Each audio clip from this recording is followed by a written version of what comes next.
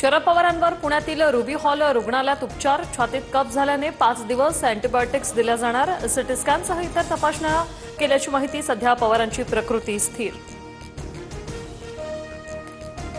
जिल्हा परिषदेवर भाजपचा डंका. 12 पैकी 7 झडपीत भाजपचं वर्चस्व. शिंदेची शिवसेना 2, राष्ट्रवादी 2, पवारांची राष्ट्रवादीच्या पारड्यात 1 जागा, तर काँग्रेस आणि ठाकरे यांच्या शिवसेनेला खातही उघडता आलं नाही.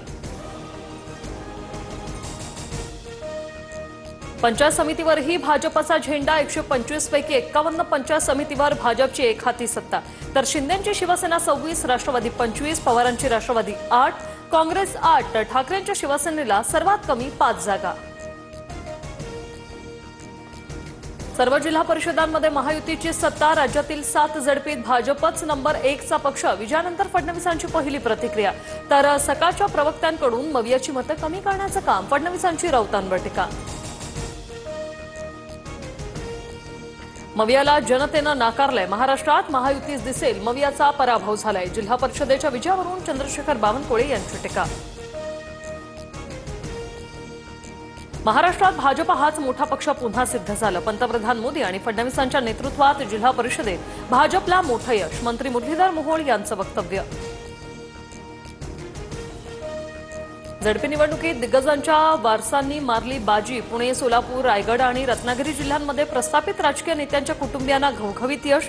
वळसे पाटील, सावंत, सातपुते, गोगावले आणि जाधव कुटुंबियांचे वर्चस्व कायम. महाडमधून भरत गोगावलेंचा मुलगा विकास गोगावले विजयी, तर हा जनतेचा निर्णय. हवेत चालणाऱ्या लोकांना परत एकदा घरी बसवलं. जनतेने सर्व डाव ओळखून योग्य निर्णय घेतला. भरत गोगावले यांचा निशाणा.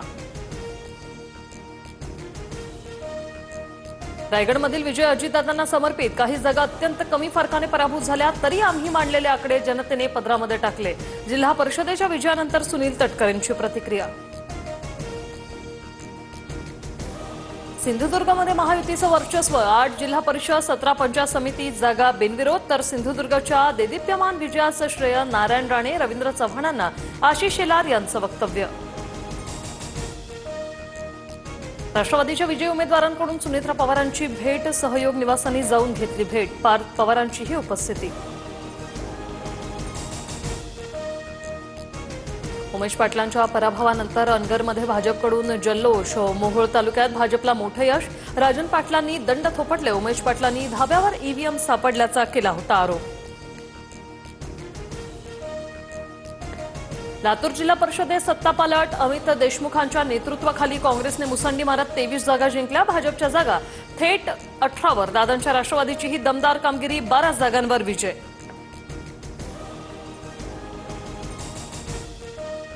सोलापूरच्या कोरडूमध्ये माजी आमदार संजय शिंदेंचा खासदार धैर्यशील मोहिते पाटलांना धक्का. झडपीतील 3ही जागेवर अजित पवारांच्या राष्ट्रवादीचे उमेदवार विजय. मोहिते पाटलांच्या पॅनलमधील 3ही उमेदवार पराभूत. मावळमध्ये राष्ट्रवादीचा झेंडा फडकला. जिल्हा परिषदेच्या 5 आणि पंचायत समितीच्या 10 जागांवर राष्ट्रवादीचं वर्चस्व. कार्यकर्त्यांच्या जल्लोषात दिवंगत उपमुख्यमंत्री अजित पवारांचेही फोटो झळकले. साताऱ्याच्या पाटण पंचायत समितीवर शिंदेच्या सेनेचा 7 जागांवर विजय. साताऱ्यातील पाटण पंचायत समितीवर शंभूराज देसाईंची सत्ता बसणार.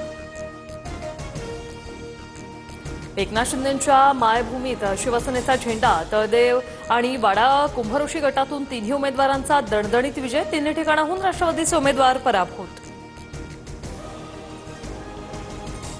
कणकवलीत भाजपच्या विजयी उमेदवारांनी मंत्री नितेश राणेंची भेट घेतली. विजयी उमेदवारांना पेढे भरून आनंदोत्सव त्यांनी केला साजरा. धाराशिवमधील ढोकी पंचायत समिती. ठाकरेंच्या शिवसेनेचा उमेदवार एका मतानं विजयी. ठाकरेंचे उमेदवार अमर समुद्रे यांना 3187 मतं, तर भाजपच्या निहाल काझेंना 3186 मतं. मुंबई महापालिकेतील सत्ता वाटपाचा फॉर्म्युला समोर. महत्वाच्या 4 समित्यांचं वाटप पूर्ण. सर्वाधिक महत्वाची स्थायी समिती भाजपकडे, तर 20 तारखेपर्यंत महत्वाच्या समित्यांचं वाटप होणार. सूत्रांची माहिती. चंद्रपुरात मनपा सत्ता स्थापनेचा संघर्ष सुरू असतानाच मुनगंटीवार आणि धानोरकर एकत्र. संताजी वसतिगृह वधूवर परिचय मेळाव्यात दोघे एकत्र. राजकारणात तर्कवितर्क. सोलापुरात ईव्हीएम धाब्यावर आढळल्याप्रकरणी वाहन चालकावर गुन्हा दाखल. परवानगीशिवाय ईव्हीएम स्ट्रॉंग रूम बाहेर नेल्याने कारवाई. दिनेश भांगेंवर मोहोळ पोलिसात गुन्हा. राज्यात शेतकरी आणि लाडक्या बहिणींना दिलासा. लाडक्या बहिणींना 4,500 तर शेतकऱ्यांना 6,000 रुपये मिळणार. फेब्रुवारी मार्च महिन्यात योजनेचा लाभ मिळणार असल्याची माहिती. म्हाडाच्या पुणे विभागातील घरांची उद्या सोडत. पुणे पिंपरी चिंचवडसह 4,186 घरांसाठी संगणकीय सोडत निघणार. उद्यापासून 12वीच्या विद्यार्थ्यांची परीक्षा. 18 मार्चपर्यंत परीक्षा चालणार. परीक्षेदरम्यान कुठलाही अनुचित प्रकार घडू नये यासाठी प्रशासन सज्ज. राजधानी दिल्लीतील 9 शाळांसह संसद भवनाला बॉम्बने उडवण्याच्या धमकीचा मेल. 13 फेब्रुवारीला दुपारी 1:11 संसदेत स्फोट होणार असल्याचा उल्लेख. धमकीनंतर परिसरातील सुरक्षेत वाढ.